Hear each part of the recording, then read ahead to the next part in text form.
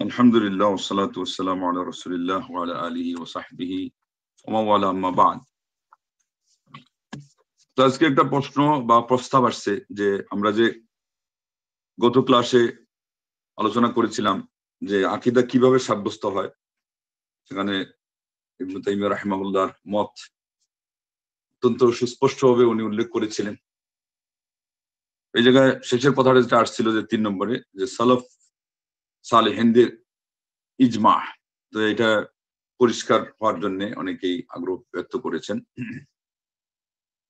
তো এর আগে আমরা একটা ভূমিকাতে আরেকটি কথা বলতে চাচ্ছি, এটা হলো যে ইমাম বাইহাকি রাহিমাহুল্লাহ কিন্তু ৩ নম্বরে যা আনেনি। উনি বলেছেন যে আকীদা যেটা এটা শুধুই কোরআন এবং সুন্নাহ ভিত্তিক হবে।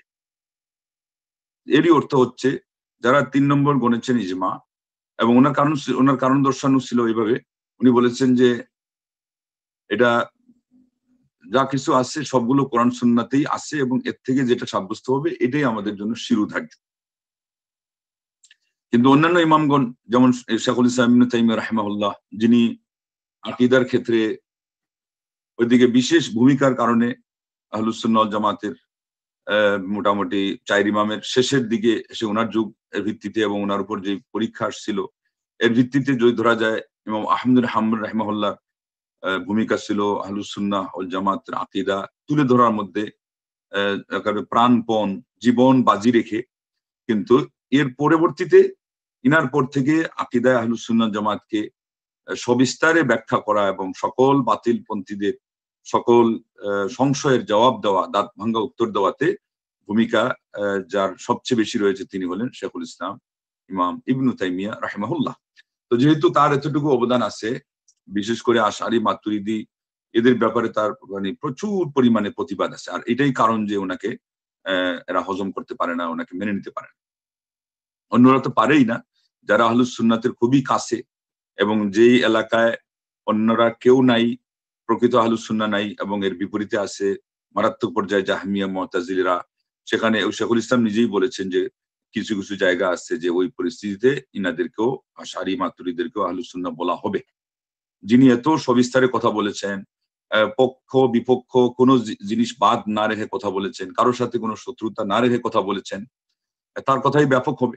তো ইনি বলেছেন যে হ্যাঁ, সালাফে সালেহিনদের ইজমা সেটা হতে পারে। তবে হ্যাঁ, এখান থেকে আমরা দেখবো যে এবং বাইহাকি এবং অন্যদের কথার মধ্যে পার্থক্য নেই।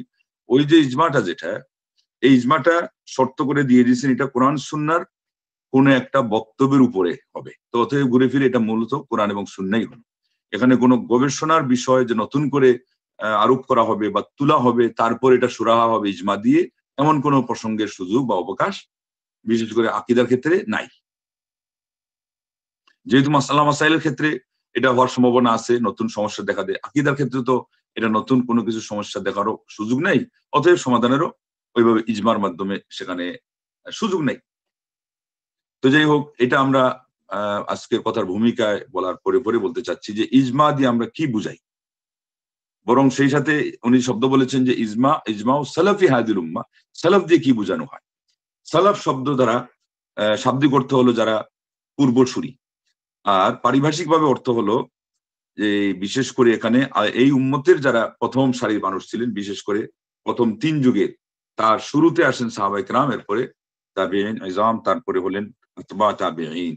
সাহাবাদের মধ্যে আমরা সবাইকে চিনি, বিশেষ করে ৪ খোলাফা, তারপরে আশারুম মুবাশশিরিন বিল জান্নাহ, এভাবে যত সাহাবী আছেন তারা তো সবাই সব আপনার কাছে সবিস্তারে পরিচিত না হলেও মোট কথা এই শর্তের ভিতরে যারাই আসবে যে আল্লাহর নবী সাল্লাল্লাহু আলাইহি ওয়াসাল্লামকে ঈমানের অবস্থায় দেখেছেন এবং ঈমানের অবস্থায় তার মরণ হয়েছে, তিনি হলেন সাহাবী। তাতে একবারও যদি আল্লাহর নবী সাল্লাল্লাহু আলাইহি ওয়াসাল্লামকে উনি দেখেন, এক নজরও দেখেন, একবারের এক বৈঠকে মাত্র সাক্ষাৎও হয়। আর তাদেরকে যারা দেখেছেন এই শর্তে যেগুলো বলা হলো তারা হলেন তাবেঈন।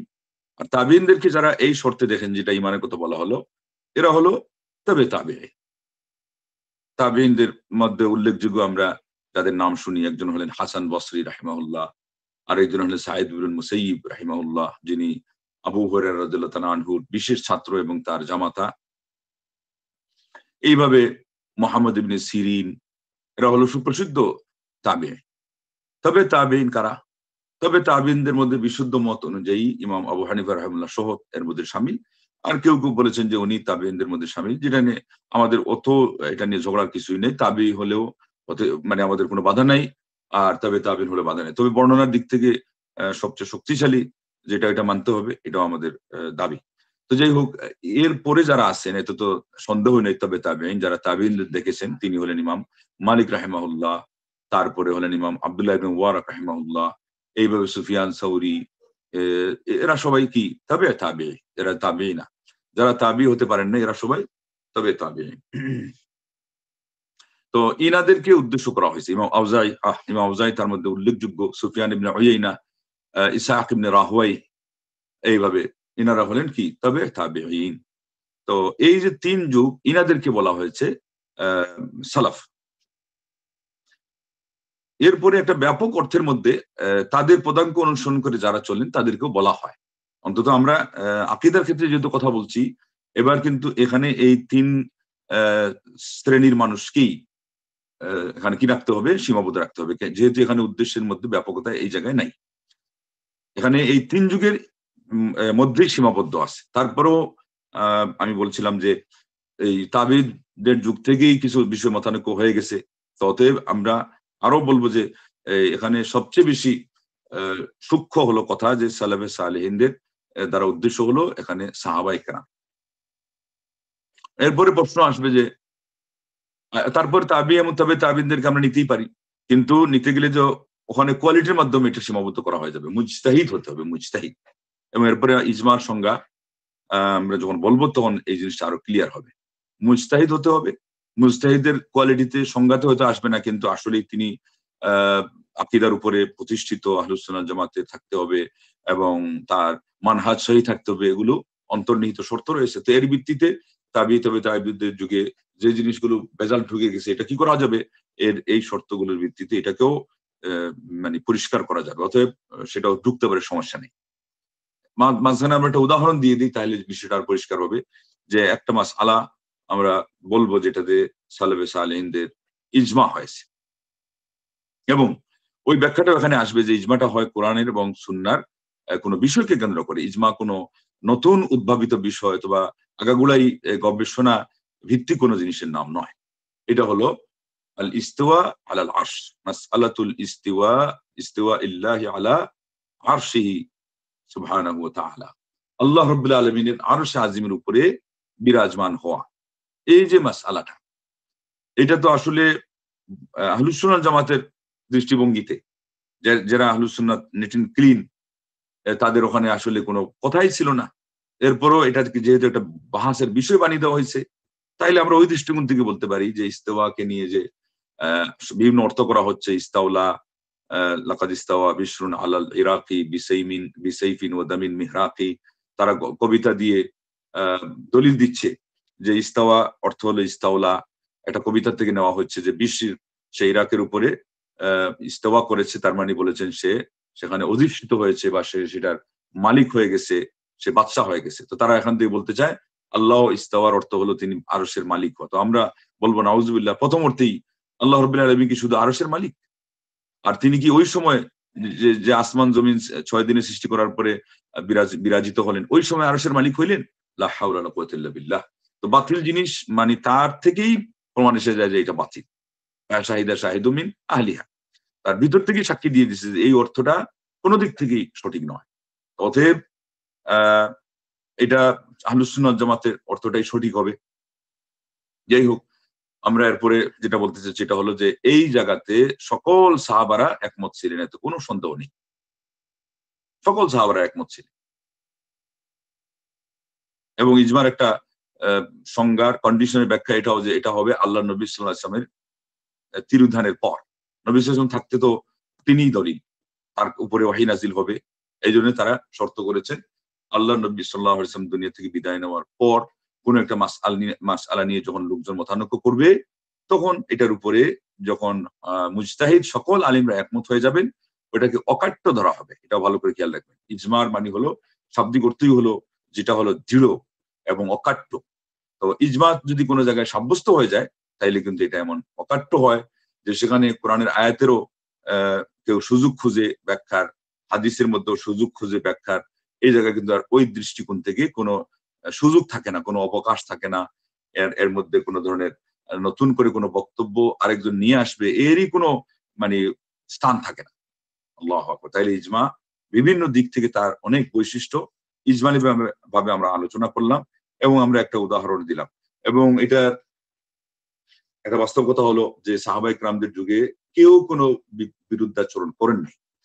যে বিরুদ্ধাচরণ করলেই কিন্তু ইজমা ভঙ্গ হয়ে যায়। ইজমার সংজ্ঞা তো আবার এটা আরো পরিষ্কার হবে। অতএব এখানে ইজমা হয়ে গেছে।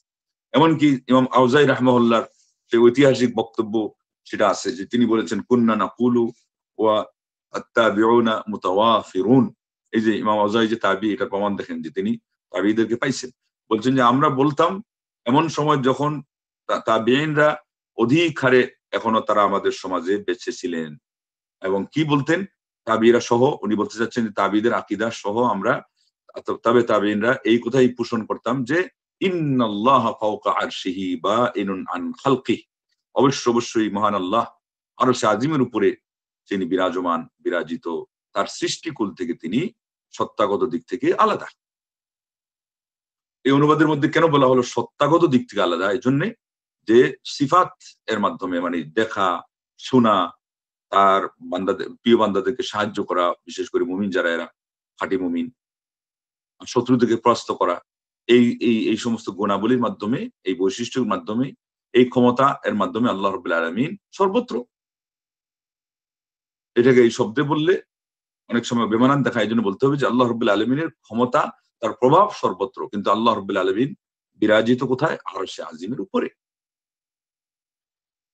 তো তাবিঈদের পর্যন্ত তিনি বলতেছেন যে পর্যাপ্ত পরিমাণে তাদের আকীদা এটা ছিল। তার মানে ২-১ জন যারা বিচ্ছিন্ন হয়ে গেছে তারা ছাড়া তাবিঈদের যুগ পর্যন্ত এটা আ বেশিরভাগের মত এটার উপরে ছিল। এমন কেউ বলতে পারে যে না তাবিঈদের মধ্যে তো উনি বলছেন যে পর্যাপ্ত ছিল। আপনিও ব্যাখ্যাতে বলেন যে ২-১ জন যারা বিচ্ছিন্ন হয়ে গেছে তারা ছাড়া। তাইলে ইজমা হইল কেমনে? উত্তর হলো আলহামদুলিল্লাহ কাফাল্লাহুল মুমিনিনাল কিতাল। আল্লাহ রাব্বুল আলামিন মুমিনদের এখানে দলিলের জন্য যথেষ্ট হয়ে গেছেন। কেননা ইজমা যেটা একবার হয়ে যায় এবং শর্ত সাপেক্ষে উত্তীর্ণ হয়ে যায় সেটার মধ্যে আর খণ্ডনের কোনো অবকাশ থাকে না। এটাই হলো এর বিপরীত কিছু কথা থাকলেও এটাই চূড়ান্ত এবং শক্তিশালী মত। উপরন্তু এই ইজমাটা হইছে কাদের যুগে? আল্লাহর নবী সাল্লাল্লাহু আলাইহি ওয়াসাল্লামের মারা যাওয়ার পরেই সর্বশ্রেষ্ঠ যেই সমস্ত মানুষ ছিলেন তাদের যুগে, এবং তাদের মধ্যকার যারা মুজতাহিদ তারা সর্বশ্রেষ্ঠ মানুষ ছিলেন। অতএব এখানে আর পরবর্তীতে যদি আপনি এসে বলেন সম্পূর্ণ বিপরীত হয়ে গেছে কথার কথা, এমন এক যুগ গেছে যে আহলুস সুন্নাহ ওয়াল জামাতের আকীদা সেখানে গৌণ হয়ে গেছে এবং আশারি মাতুরিদি আকীদা এমনকি মুতাজিলা জাহমিয়াদের আকীদা সেখানে প্রাধান্য পেয়ে গেছে। রাষ্ট্রীয় ক্ষমতার মানে সেখানে মানে জোর এবং দাপট চলতেছে, দাপট। যেমন ইমাম আহমদুল হামল রাহিমাহুল্লাহর যুগে উনি যে মাইর খেলেন যে কোরআন এটা আল্লাহর কালাম, এটা সিফত, এটা মাখলুক না। এখানে যেই যুগে তিনি মাইর খেয়েছেন সেখানে বাদশাহ ছিল তার বিপক্ষে এবং মেজরিটি আলিম উলামারা বিশেষ করে তার আশপাশে যারা ঘোরাফেরা করতো এরা ছিল বিপক্ষে। এরা আল্লাহ রাব্বুল আলামিনের কোরআনকে সিফত মানতে রাজি না। আল্লাহু আকবার। সেই জায়গায় ইমাম আহমদুল হাম্বল রাহিমাহুল্লাহ এটা নিয়ে যখন দাঁড়িয়ে গেছেন তখনই আল্লাহ পাক তার মর্যাদা বৃদ্ধি করেছেন। তো কিছু যুগ তাইলে এমনও গেছে আজও মেজরিটি যারা এরা আশারি ও মাতুরিদি নিজেরা নাম সর্বস্ব আহলুস সুন্নাহ, তাদের জয় জয়কার অবস্থা বেশি চলতেছে। কিন্তু আলহামদুলিল্লাহ আল্লাহ রাব্বুল আলামিন এটা সুরাহা করে দিয়ে দিয়েছেন সাহাবায়ে কেরামদের যুগে ইজমার মাধ্যমে, যেখানে এখন তারা শত ব্যাখ্যা নিয়ে আসুক কোরআন মাখলুক হিসাবে সাব্যস্ত করার জন্য, যে আল্লাহ রাব্বুল আলামিনের জন্য যদি আমরা সাব্যস্ত করতে যাই এটা সিফাত, তাইলে আল্লাহ রাব্বুল আলামিনের আমরা যেমন কথা বলতে গেলে আমাদের দাঁতের প্রয়োজন হয়, দাঁতের মাড়ির প্রয়োজন হয়, জিহ্বার প্রয়োজন হয়, চেহারার প্রয়োজন হয়। আর তাদের কথা অনুযায়ী চেহারাই তো নাই। এগুলো তো আরো প্রশ্নই আসে না। আর এগুলোতে তো আমরাও যাই নাই ব্যাখ্যাতে। কিন্তু চেহারা অস্বীকার করার তো তাদের অধিকারই ছিল না। তো এইভাবে তারা যুক্তি দিয়ে বলে যে না তাহলে আল্লাহ রাব্বুল আলামিন কথা বলেন না। মহান রব্বুল আলামিন যখন এই বৈশিষ্ট্যের যেই ফলাফল আমরা যে তার কথা শুনতে পাচ্ছি বা মুসা নবীর সাথে কথা বলেছেন বা কিয়ামতের দিন বলবেন, তারা বলতেছে আল্লাহ রাব্বুল আলামিন সেখানে অক্ষর এবং শব্দগুলোকে তিনি সৃষ্টি করবেন, সৃষ্টি করে ওগুলোকে তিনি তার সাথে সম্পৃক্ত করবেন, যার ফলে আমাদের সামনে এটা কথা হিসেবে আসবে, কিন্তু এটা তার সিফত হিসাবে নয়। লা হাওলা ওয়ালা কুওয়াতা ইল্লা বিল্লাহ। এই যে তারা এত কষ্ট কল্পনা করতে গেল, নিজের থেকে বানিয়ে কথা বলতে গেল, কি কারণে, কোন দুঃখে? ওইটা আহলুস সুন্নাত জামাতের আকীদাকে সহজ সরলভাবে মেনে না নেওয়ার কারণে। কে বলছিল তোমাদেরকে এটা আগে অস্বীকার করতে? আর অস্বীকার করতে গিয়ে নিজেরা যুক্তি দিয়ে আমার আল্লাহর সিফাতকে তোমরা মানদণ্ডের মধ্যে এনে তোমাদের যুক্তির মানদণ্ডে মাপতেছো। এটাই তো বেয়াদবি, এটাই তো গুস্তাখি। এবং সবসময় খেয়াল রাখবেন যে যারাই গুমরাহ হয়েছে তাদের বেশিরভাগ গুমরাহ হওয়ার একটা বড় হাতিয়ার হলো এই যুক্তিকে সামনে রাখা। ইবলিস তো নষ্ট হয়েই গেছে যুক্তিকে সামনে রাখার কারণে। বলছিল যে আমাকে আল্লাহ আগুন দ্বারা সৃষ্টি করেছেন, আর আদম হলো মাটির সৃষ্টি, তাকে কিভাবে আমি সেজদা করব? আমার তো পাওয়ার বেশি, আর আগুনের স্বভাব তো খালি উপরের দিকে যাওয়া। আসল ঘটনা হলো এখান থেকে বরং যেটা নেওয়ার কথা, এটা হলো আগুনের স্বভাব হলো উপরের দিকে যাওয়া, মানে অহংকারী হওয়া। তো সে ঠিকই অহংকার করলো। আর মাটি তাইলে বিনয়ী, সে নিচে থাকে, তাকে ঢলে মজে, তার উপর মানে মানুষ চলে চলে আল্লাহু আকবার, সে কোনো কিছুই ডিনাই করে না। তো এই দিক থেকে মাটির যে একটা বিনয় ভাব, এটা আরো গুণের কথা সাব্যস্ত হলো। কিন্তু সে তার নিজস্ব একটা ঠুনকা যুক্তি এঁটে আল্লাহ রাব্বুল আলামিনের আদেশকে অমান্য করলো। সে কিন্তু ওই জিনিসের চেয়ে বড় যেটা সমস্যা করছে অমান্য করার আগে, এটা হলো যুক্তিকে সামনে রাখা। এরপরে যেটা ভুল, ওই যুক্তিকে সামনে রাখার কারণে যে ভুলটা, ওইটা ভুলের মাত্রা হিসাবে ওইটা সবচেয়ে বড় ভুল। কিন্তু আমি বলতে চাচ্ছি, একটা ছোট ভুলও যেখানে নিয়মের বিপরীত, এটা করার কারণে আপনাকে যে এরপরে কত বড় ভুলের মধ্যে নিয়ে ঠেকাবে, এটা আপনি বুঝতে পারবেন। এই জন্য প্রথমেই শুরুতেই আমাদের সব জিনিসের নিয়ম ফলো করা দরকার। এই জন্য আমরা আদবের শব্দের অর্থের মধ্যে এটা বলছিলাম যে নিয়ম ফলো করবেন না, বাহ্যত দেখা যাবে যে আপনি ছোট্ট একটা কাজ করছেন, যে বড়জনকে শ্রদ্ধা করেন নাই, আপনার শিক্ষকের কথাকে আপনি সম্মানের সাথে নেন নাই, একজন মানুষকে আপনি মানুষ হিসেবে মূল্যায়ন করেন নাই। কিন্তু এটা দেখা যাবে সাময়িকের জন্য শুধু নিয়মের বিপরীত। কিন্তু এই জিনিসটা ভঙ্গ করার কারণে এরপরে উস্তাদকে না মেনে মেনে কত মানুষ নাস্তিক হয়ে গেছে। উস্তাদকে সম্মান না করে করে, তার দোয়া না পেয়ে, বিপরীতে সে তার অভিশাপ কুড়িয়েছে। বড়কে সম্মান না করে, মাতা পিতার কথা না মেনে, এরপরে সেই ছেলে বা সেই শিষ্য তাদের ওই দোয়ার পরিবর্তে অভিসম্পাত নিয়েছে। আর এর ফলে সে কি হয়েছে? বিধর্মী হয়ে গেছে, অনেক সময় সে বিভ্রান্ত হয়ে গেছে, সে পথহারা হয়ে গেছে, সে কঠিন থেকে কঠিন পাপিষ্ঠ হয়ে গেছে। তাহলে শুরু ছিল একটা আইন লঙ্ঘন, এরপরে গেল কঠিন থেকে কঠিন পাপ পর্যন্ত।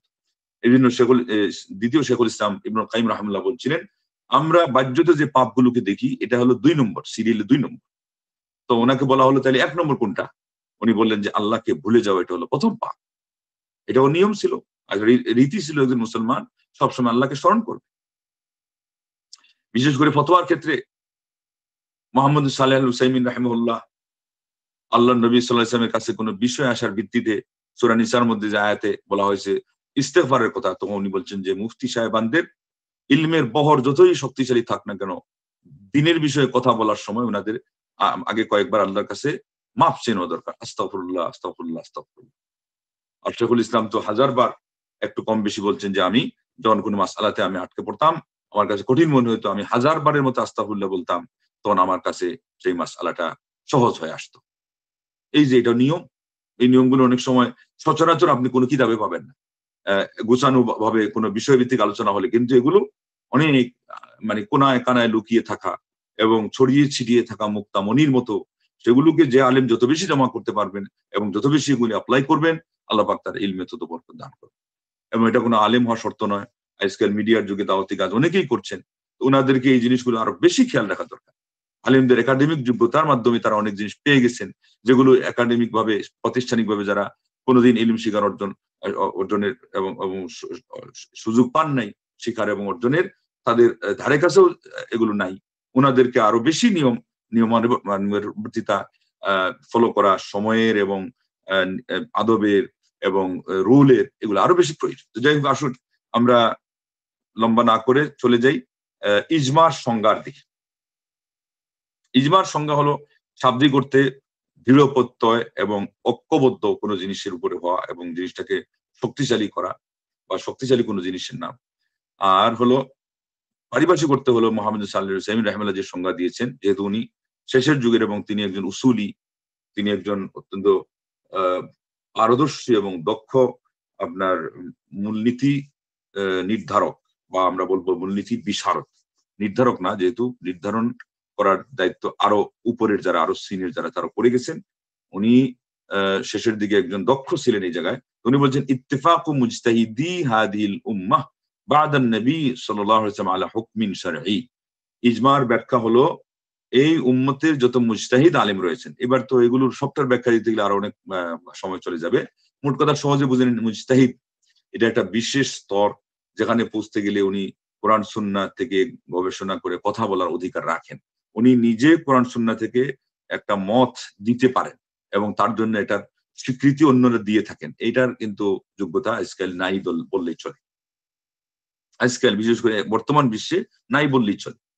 ওই যে যিনি আছেন সব দিক থেকে বাস বিচার করলে উপরে, শেখ সালেহ আল ফৌজান রাহিমাহুল্লাহ, কালকেই একটা বিষয়ে আমাদের অ্যাডমিন ভাইদের যে গ্রুপ, সেখানে উত্তর দিতে গিয়ে ওনারই কিছু কথা ওনারা নিজেরাই জমা করেছিলেন। তো আমি বললাম যে শেখের কথা থেকে আমরা বুঝতে পারলাম যে এই বিষয়ে ওনার শেষ যেটা চূড়ান্ত যোগ্যতার কথা উনি বলে দিয়েছেন। যেমন হাদিসের ক্ষেত্রে উনি বলছেন যে হাদিসটা সহিহ কি জয়ীফ অতটুকু আমি যে মাপ দিয়ে বলবো, আমি সেই স্তর পর্যন্ত পৌঁছি নাই। আল্লাহু আকবার। তো যাই হোক, এটা অবশ্য উনি বুঝিয়েছেন হাদিসের ক্ষেত্রে। ফিকহের ক্ষেত্রে তার কিন্তু পারঙ্গমতা তার চেয়েও বেশি। এরপরেও উনি বা ওনার জন্য অন্যরা যারা, এরা এই স্বীকৃতি দেন নাই যে তিনি মুজতাহিদ। যেমন বিন বাজ রাহিমাহুল্লাহ সম্পর্কে আমিন সাংকেতি, যিনি আদওয়াল বায়ানের লেখক, তিনি নিজেই বলেছেন যে হুয়া আলিমুন মুজতাহিদুন, তিনি মুজতাহিদ আলিম। যিনি আল আমিন সাংকেতি, উনিও মুজতাহিদ হওয়ার জন্য অনেকে সাক্ষ্য দিয়েছেন। তো ওই রকম আলিম আবার বিন বাজকে মুজতাহিদ হওয়ার জন্য সাক্ষী দিয়েছেন। সেই অনুপাতে মোহাম্মদ সালেহ আল উসাইমিন রাহিমাহুল্লাহ নিজেও দাবি করতেন না এবং অন্যরাও তাকে এই পর্যন্ত বলেননি। আল্লাহু আকবার। তো যাই হোক, এটা হলো আপনারা সহজে বুঝতে পারতেছেন যে মুজতাহিদ এই পদবিটা পাওয়ার জন্য কত দূর যাওয়া লাগে এবং কত একজন বিশ্বকোষ মানের আলেম হওয়া লাগে এবং এক একটা বিষয়ে কি পরিমাণ পারঙ্গমতা অর্জন করা লাগে। এবং যার ফলে বলা যায় যে আজকাল, আমরা তো আগে বলতাম, আপনারা শুনেছেন যে আমাদের সমাজে ওই মানের মুফতি আছে কিনা, মুফাসসির আছে কিনা, মুহাদ্দিস আছে কিনা। তো এখন আপনি যেটা শুনতেছেন শব্দ মুজতাহিদ, এটা হলো আরো উপরে, আরো উপরে। বিশেষ করে মুজতাহিদ মুতলাক যদি হতে হয়, যে চায়ের মাযহাব সহ এই সবগুলোর মধ্যে মানে উনি ভূতপত্তি লাভ করে, তারপরে সব এরও বাহিরে কোনো কিছু থাকলে, এবং কোরআন সুন্নাহর মধ্যে যত শর্ত আছে, তাফসীরের জন্য যা শর্ত আছে, হাদিসের জন্য যা শর্ত আছে, ফিকহের জন্য যা শর্ত আছে, ফিকহের জন্য শর্তের মধ্যে একটা হলো উসুল ফিক, প্রিন্সিপালস অফ জাসপ্রিডেন্ট, ওটার মধ্যেও তার পারঙ্গমতা। আল্লাহু আকবার। এগুলো মিলিয়ে দেখতে দেখতে দেখতে দেখা যাবে যে আজকে ওই রকম আলিমই নাই। তো যাই হোক, সেই জন্য আজকাল যেটা করা হয় এটা হলো বিকল্প, যে ওই মানে নাইমামার চেয়ে কানামা ভালো। আরবিতে বলা হয় আল কালিলু খায়রুম মিনাল মাহদুম। সেই জন্য আজকালকার যুগে ফতোয়া বোর্ডকে একটা মানে মাইল ফলক হিসাবে নেওয়া হয়। অন্তত এটাকে ওই মানের না ধরলেও এটা হলো মন্দের ভালো। অথচ আমরা এরপরেও দেখা যায় বোর্ডেরও তোয়াক্কা করি না, আমরা ওই নিজেরাই ওই যোগ্যতাও নাই, বোর্ডও নাই, আমরা ফতোয়ার ছড়াছড়ির মধ্যে পড়ে গেছি এবং নিজেরা আমরা ফতোয়া দিয়ে যাচ্ছি। যাই হোক, উনি বলছেন যে ইত্তেফাক ও মুজতাহিদি, ওই মানের সমস্ত মুজতাহিদ আলেমদের আবার একমত হওয়া, আদিল উম্মাহ উম্মতের বাদান নবী সাল্লাল্লাহু আলাইহি ওয়াসাল্লাম, আল্লাহর নবী সাল্লাল্লাহু আলাইহি ওয়াসাল্লামের তীরধানের পর, আলা হুকমিন শারঈ, কোন শারঈ হুকুম এবং বিধানের উপরে। সংজ্ঞার ব্যাখ্যাতে আবার অনেক কথাই আছে, তার মধ্যে সংক্ষেপে যেটা, এটা হলো আমরা প্রত্যেকটা শব্দের সংক্ষিপ্ত কিছু কন্ডিশন যেগুলোই বলে সেরে দেবো। ইত্তেফাক, ইত্তেফাক দিয়ে বোঝানো হয়েছে সবার এখানে সম্মিলিত সিদ্ধান্ত থাকতে হবে। এবং এখানে ইত্তেফাকের একটা পরিভাষা আছে, ইত্তাফাকা লাম ইয়াখতালিফু, তারা সবাই একমত হয়েছেন এবং তারা মতানৈক্য করেন নাই। আলিমগণ বলেছেন ইজমার জন্য এই সংজ্ঞাগুলো আলাদা যখন উল্লেখ করা হবে তখন সেটাও যথেষ্ট না। এখানে আজমা শব্দ থাকতে হবে, যে একেবারে ছিপিয়ে বলে দেওয়া, যেখানে আর বিপরীত কেউ থাকবে না। এবং শব্দ দিয়ে উদ্দেশ্য যদিও বা উনি মুজতাহিদি বলছেন, কিন্তু উদ্দেশ্য হলো জামি, মানে প্রত্যেক মুজতাহিদ বলতেই প্রত্যেককেই এখানে একমত হতে হবে। কোনো কোনো ক্ষেত্রে কিছু কচিত কদাচিৎ তার কিছু বিকল্প, মানে তার কিছু ব্যতিক্রম কিছু আছে, স্বতন্ত্র কিছু বিষয় আছে, কিন্তু ওখানে হলো এখানে যিনি মতানৈক্য করবেন, ওনার মতানৈক্য করাটা আবার গ্রহণযোগ্য না, তার মানে হয়তো ওই কোয়ালিটিতে উনি নেই। এই ধরনের কিছু মানুষের এখানে অমত করাটা, এটা ইজমার মধ্যে কোনো খাত সৃষ্টি করে না। এই কথা জানার মধ্যে আপনাদের এখানে উপকারিতা আছে। অনেকে বলবে যে আজকে আমরা বিশাল আকারের আশারি মাতুরিদিরা আছি, মুতাজিলা জাহমিরা তো আছেই, তারা বলতেছে যে আল্লাহ কিনা, আরশ আজিমের উপরে না। একটা উত্তর তো আগেই শুনেছেন যে আগেই সাহাবাদের ইজমা হয়ে গেছে। দ্বিতীয় উত্তর হলো যে ইনাদের ইজমা, ইনাদের এখানকার মতানৈক্যটা গ্রহণযোগ্যই না, কারণ ওনারা আহলুস সুন্নাহ জামাতের ভিতরে শামিলই না, বাউন্ডারির ভিতরে আসেনি নাই। আসার পরেও আবার যোগ্যতায় উত্তীর্ণ হতে হবে, কোনটা? মুজতাহিদ হওয়া লাগবে। তো যারা মতানৈক্য করেছেন ওরা ওরা কয়জন মুজতাহিদ আছে? আগের কোয়ালিটিতে ওনারা কি ফেল। যাই হোক, তাহলে এরপরে বলা হয়েছে এই উম্মতে, তার মানে এখানে আগের যুগের কোন উম্মতের কোন কথা তারা যদি সবাই একমত হয়, এখানে এনে এটাকে জোড়ানো যাবে না, জুড়ে দেওয়া যাবে না। তারপরে হলো বাদান নবী, আমি আগে বলছি আল্লাহ নবী সাল্লাল্লাহু আলাইহি ওয়াসাল্লাম পরে, কারণ নবী সাল্লাল্লাহু আলাইহি ওয়াসাল্লাম থাকা অবস্থায় তো ইজমা এটা সিরিয়ালে আসবে না, কেননা সেখানে আল্লাহ নবী সাল্লাল্লাহু আলাইহি ওয়াসাল্লাম উপস্থিত, অবশ্যই তার উপরে ওহী নাজিল হচ্ছে, তিনিই সমাধান দিবেন। এই জন্য এটাকে কন্ডিশনে তারা ঢুকিয়ে দিয়েছেন যে না, আল্লাহ নবী সাল্লাল্লাহু আলাইহি ওয়াসাল্লাম তিরিদানের পরে তার সিরিয়াল আসবে। আলা হুকমিন শারঈ, এই শব্দ দিয়ে আলেমগণ বুঝিয়েছেন যে ইজমাটা হতে হবে কোন শারঈ বিষয়ের উপরে, আকীদা হোক, আমল হোক, ইবাদতের বিষয়, এটা কোনো অন্যান্য কোনো বিষয় না, জাগতিক কোনো গবেষণা না, কোনো সায়েন্সের বিষয় না, আর্থের কোনো বিষয় না, অন্য মানে অন্য কোনো বিষয় না, দুনিয়াবি কোনো বিষয় না। যাই হোক, শারঈ কোনো মাসআলা মাসাইল। তো এই সংজ্ঞার অধীনে যে জিনিসটা ঢুকবে, যেটা আসবে, সেটাই হবে ইজমা। এরপরে আমরা সহজে বলবো যে, সংক্ষেপে অনেকে হয়তো কৌতূহল রাখবেন যে দলিল কোথায়। দলিল হলো সূরা বাকারার 143 নম্বর আয়াত, وكذلك جعلناكم أمة وسطا لتكونوا شهداء على الناس ويكون الرسول عليكم شهيدا। যদিও বা আয়াতটা এটা কিয়ামতের দিন কিভাবে আল্লাহর নবী সাল্লাল্লাহু আলাইহি ওয়াসাল্লাম সাক্ষী হবেন, আমরাও সাক্ষী হব। সর্বপ্রথম আল্লাহ রাব্বুল আলামিন এই উম্মতকে অন্যান্য উম্মতের উপরে সাক্ষী বানাবেন, তারপরে তাদের উপরে সাক্ষী বানাবেন আমাদের নবী সাল্লাল্লাহু আলাইহি ওয়াসাল্লামকে।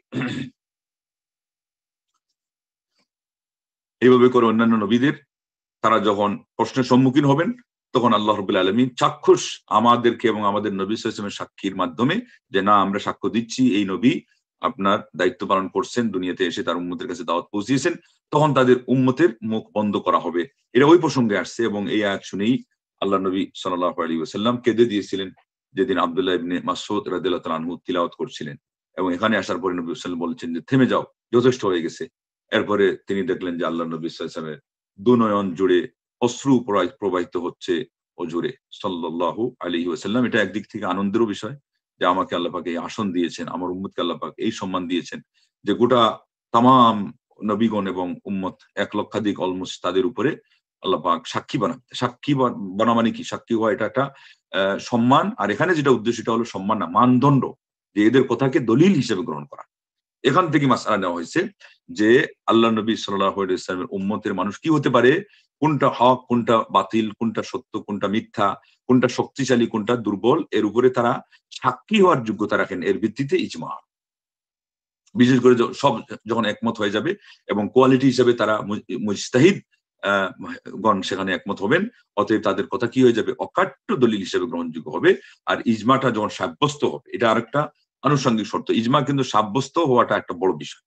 এই জন্য অনেকে হয়তো বলতে পারে, ইমাম আহমদ বিন হাম্বল রাহিমাহুল্লাহ বলছেন যে মানিদ্দাআল ইজমা ফাকাদ কাযাব, যে ব্যক্তি ইজমা দাবি করলো সে মিথ্যা বললো। এর থেকে অনেকে বলেন যে ইজমা নাই, না, এটা হলো বেশিরভাগ এরকম মানুষ মিথ্যা ইজমার দাবি করেছে। এই জন্য উনি বলছেন বেশিরভাগ মানুষকেই তোমরা বলবা যে এটা মিথ্যুক। তার মানে এটাকে যাচাই করার বিষয়টাকে উনি এখানে হাইলাইট করেছেন, কারণ ইজমা নিয়ে প্রচুর পরিমাণে মিথ্যাচার চলছে আমাদের সমাজে। শুনেন না যে বিতির 3 রাকাতের উপর ইজমা হয়ে গেছে, যখন কোনো দলিল পায় না তখন তারা একটা ইজমাকে খাড়া করে দেয় একটা খোলা কথা হিসাবে, যেহেতু ইজমা তো খোলা ছিল না, ইজমা একটা চূড়ান্ত দলিল, কিন্তু তারা এটা কি করছে, খোলা হিসাবে পেশ করেছে। এই জন্য ইজমা আবার কি হওয়া লাগবে, সাব্যস্ত হওয়া লাগবে। এটা কিন্তু এই সংজ্ঞার মধ্যে নেই, কিন্তু এটা এখন পরিস্থিতি অনুযায়ী এটা যুক্ত করতে হবে, কেননা লোকজন কি করছে, এখানে মিথ্যাচারের ছড়াছড়ি যুক্ত করে দিয়েছে নিজেদের মতের পক্ষে, এটাকে সাফাই গাওয়ার জন্য, এটাকে টিকানোর জন্য। হাদিস থেকে আমরা একটা দলিল নিব, একটা প্রসিদ্ধ হাদিস আছে লা তাজতামি উম্মতি আলা দালালা। আজকে আমরা দলিল নিব আরো সবিস্তার একটা হাদিস আসছে সুনান তিরমিজিতে 2167 সিরিয়ালে, যা ইবনে ওমর রাদিয়াল্লাহু তাআলা থেকে আল্লাহ নবী বলছেন, আন ইবনে ওমর রাদিয়াল্লাহু তাআলা আনহুমা আন্না রাসূলুল্লাহ সাল্লাল্লাহু আলাইহি ওয়াসাল্লাম قال ইন্নাল্লাহা লা ইয়াজমাউ উম্মতি আলা দালালাহ, অবশ্যই মহান আল্লাহ আমার উম্মতকে গুমরাহির উপরে তথা পথভ্রষ্টতার উপরে একমত করবেন না, যে সবাই এসে গুমরার মধ্যে ঠেকে যাবে, গুমরাহের উপরে তারা এসে টিকে মানে এসে জড়ো হবে, এটা হবে না। এরপরে বলেন ওয়ায়াদুল্লাহি মাআল জামাআহ, জামাতের উপরে আল্লাহর হাত। জামাত মানে যারা সংঘবদ্ধ তাদের উপরে আল্লাহর হাত। এই জায়গা থেকে আমাদের আসমা ও সিফাতের দুইটা আমরা সমাধান নিব। একটা হলো আল্লাহ রাব্বুল আলামিনের হাত সরাসরি হাকিকি, হাত দিয়ে যেটা বোঝানো হয় কোন তুলনা ছাড়া, কারো সাথে কোনো উপমা দেওয়া ছাড়া। আর দ্বিতীয় হলো হাত দ্বারা দ্বিতীয় অর্থ যেটা নেওয়া হয় এটা হলো সাহায্য, শক্তি। এখানে দুইটাই হতে পারে। আল্লাহু আকবার। এই যে দুইটা হতে পারে, যে এই জায়গা থেকে আমাদের কোন আলেমগণ, ইমাম বুখারী রাহিমাহুল্লাহ এক জায়গায় ওই একটা অনুবাদ করছেন যে এখানে এটা দ্বারা আল্লাহর ক্ষমতা উদ্দেশ্য বা আল্লাহর বিশেষ গুণ উদ্দেশ্য, এখানে আল্লাহ রাব্বুল আলামিনের সত্তা উদ্দেশ্য নয়। আরেকজন আলেম ইমাম আলবানী রাহিমাহুল্লাহ মন্তব্য করছেন যে না, উনি ইমাম বুখারীর কথাটা প্রসঙ্গ না টেনেই বলছেন যে এই ব্যাখ্যা যে করবে, বা বলছেন যে এই ব্যাখ্যা কোনো মুসলিম করতে পারে না। এবং আলবানী রাহিমাহুল্লাহ ওনাকে অনেকে ধরেছেন মুজতাহিদ, ওই যে একটু আগে যেটা জটিল কথা বললাম, উনি মুজতাহিদ, ইমাম বুখারীও মুজতাহিদ। আল্লাহু আকবার। এই যুগের ইমাম আলবানী যদি ওই মানের না হন, যেটা বললাম যে না ইমামের চেয়ে কানা মামা ভালো, আল কালিলু খায়রুম মিনাল মা'দুম, সেই হিসাবে। আর বিশেষ করে হাদিসের ক্ষেত্রে তো আলবানী রাহিমাহুল্লাহ কে বিন বাজ রাহিমাহুল্লাহ বলে দিয়েছেন যে আসমানের নিচে তার চেয়ে বড় আলিম নাই, এবং তিনি এই যুগের মুজাদ্দিদ সহ বলেছেন। মুজাদ্দিদ, তো মুজাদ্দিদ হতে গেলে মুজতাহিদ হওয়া লাগবে। এটা আরেকটা প্রসঙ্গ, মানে সংস্কারক, যার কথা আল্লাহ নবী সাল্লাল্লাহু আলাইহি ওয়াসাল্লাম বলছেন যে প্রত্যেক শত বৎসরে মানে শতাব্দীতে একজন মুজাদ্দিদ আসবেন।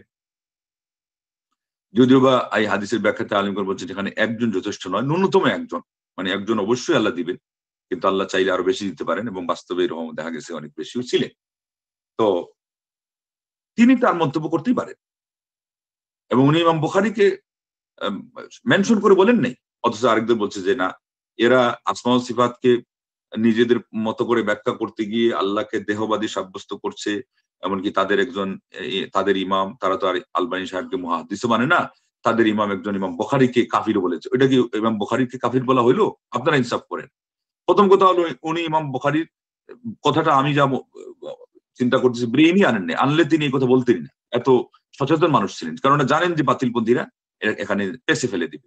কারণ উনি এই ব্যাপারে সবচেয়ে সচেতন ছিলেন। এই যুগে যে আরো দুইজন আছেন বিন বাজ এবং আলবানী রাহিমাহুল্লাহ, তাদের তুলনায় তর্কবাগীশ হিসাবে আলবানী অতুলনীয়। এই দুইজন যাইতেনই না। মানে মোনাজারা করাকে তারা তো সঠিক মনে করতেন না, আলবানী মনে করতেন না। কিন্তু এরপরেও প্রসঙ্গক্রমে কেউ যদি ওই যে বলে না যে পরিস্থিতির শিকার হয়ে কেউ এসে যেত, আলবানী রাহিমাহুল্লাহর সামনে টিকাটা কারো পক্ষে সম্ভব ছিল না। এত কঠিন ভাবে নাজেহাল হয়ে ফিরত যেত তারা, এটা ইতিহাস হয়ে আছে। লম্বা চৌড়া অনেক কথা উনি তো ওনার কাছে ছাত্ররা নেকাশ হিসাবে নিয়েছে। নেকাশ মানে আমরা যাকে বলি ডিসকাশে ঢুকে কিন্তু মুনাজারাতেই তারা পৌঁছে গেছিল। কিন্তু একটা মানুষ তার ধুবে টিকে নেই তার সামনে। একজন তো এসে বলছে যে সে সে নবী এবং গায়েব জানে। তখন আলবানী রাহিমাহুল্লাহ বলছেন যে মুনাজারার আগে শর্ত আছে। তখন সে প্রশ্ন করছে, বলেন শর্ত কি? তখন উনি বলছেন যে শর্ত কি? তুমি না গায়েব জানো, তা আমার শর্ত বলতে হইব কেন?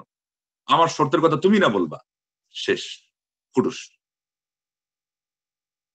অনেকজন কেরামতির দাবি করছে, সুফি এসব বলছে যে আমাদের কেরামতি এমন যে আমাদের সামলায় মানে কোনো কিছু বিদ্ধ করলে মানে কিছুই হয় না, কাটলেও কাটে না, এই না সেই না।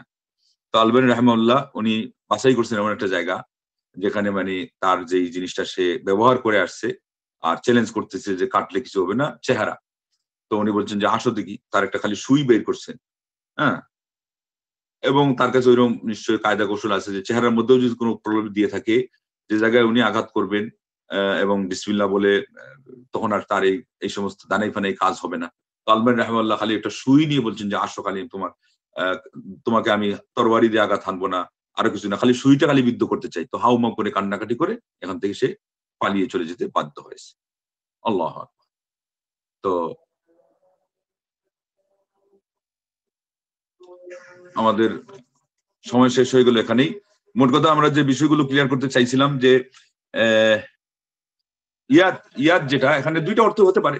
অতএব আমাদের আলেমরা যার যখন যেটা ওনার গবেষণায় ধরে তিনি নিতেই পারেন। এটাকে কেন্দ্র করে তুমি এসে বলছো যে আমাদের এক আলেম আরেকজনকে কাফির বলতেছে, আর তুমি এসে বলতেছো যে এগুলোর কোনো অর্থ নেওয়া যাবে না। তোমার তো এখানে দখলদারির কোনো সুযোগ নেই। যারা আসমা সিফাত মানে তারা এর দুই অর্থ, যেটা হলো প্রথম অর্থ বলা হয় ইয়াদ দিয়ে হাত, দ্বিতীয় অর্থ হলো ইয়াদ দিয়ে শক্তি, এটা খেয়াল রাখবেন। তো দুইটার প্রয়োগ কোনটাতে কোন সময় হবে এটা নিয়ে মতানৈক্য হতেই পারে, আর কোন সময় দুইটারই হবে, এখানে যেমন দুইটারই হতে পারে। অতএব আল্লাহ রাব্বুল আলামিনের হাত আপনি মানবেন, এবং এটাও খেয়াল রাখবেন হাত, প্রকৃত হাত মানার পরে তো আপনি যাবেন যে এখানে শক্তি, তা না হলে আপনি হাত দিয়ে শক্তি বুঝবেন কিভাবে? হাতে শক্তি আছে বলেই তো দ্বিতীয় অর্থ নেওয়া হয় যে এটা হলো এখানে শক্তি উদ্দেশ্য, এখানে হাত নয়। যেমন এই উদাহরণ দিয়ে শেষ করে দিব, আমরা বলে থাকি যে এই বিষয়ে ওনার হাত আছে, এখানে এটা কি প্রকৃত হাত? এখানে হলো ওনার শক্তি আছে, ওনার প্রভাব আছে। তো অতএব এখানে প্রভাব দিয়ে, আবার হাত যদি ওনার না থাকতো, হাত জিনিসটাই যদি ডিকশনারিতে না থাকতো, তাইলে হাত দিয়ে প্রভাবের অর্থটা পর্যন্ত মানুষ বুঝতো না, কেউ কাউকে বুঝাইতেও পারতো না। তো যাই হোক, আমরা আজকে এই পর্যন্তই শেষ করি। আল্লাহ রাব্বুল আমাদের সবাইকে বিশেষ করে আকীদার ক্ষেত্রে যেন কোনো ধরনের বিভ্রান্তি না আমাদেরকে কেউ শেখাতে পারে, বিভ্রান্তি আমাদের বেনে না দিতে পারে, সবাইকে সচেতন থাকতে হবে। আল্লাহ রাব্বুল তৌফিক দান করুন। তার আসমা ও সিফাতের সাথে সম্পৃক্ত ইলম হলো পৃথিবীর যে সবচেয়ে দামি ইলম, এটার উপরে যেন আমরা সবাই বদ্ধপরিকর থাকতে পারি, সচেতন থাকতে পারি। আল্লাহ আমাদেরকে এই বিষয়ে ইলমে নাফি আমলে সালেহ তৌফিক দান করুন। আমিন।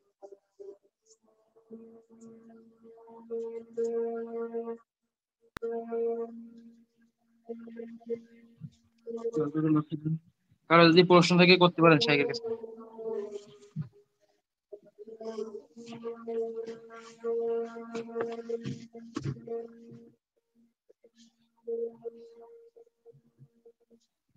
আসসালামু আলাইকুম শাইখ।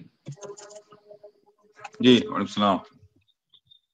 আমার একটা প্রশ্ন, যে মানে যারা সাহাবীদের অনুসারী কিন্তু বড় ধরনের আলিম না, তারা কি মানে সালাফদের মধ্যে পড়বে কিনা, তাবিদের মধ্যে, না তাবি পড়বে কিনা তারা? যিনি আলেম না উনি অবশ্যই সালাফদের মধ্যে পড়বেন, কিন্তু ওই যে এখানে যেটা বলা হলো মুজতাহিদ, এখানে যে শর্ত যাদের কথার মাধ্যমে দলিল নেওয়া যাবে, সেই জায়গাতে উনি আসতে পারবেন না।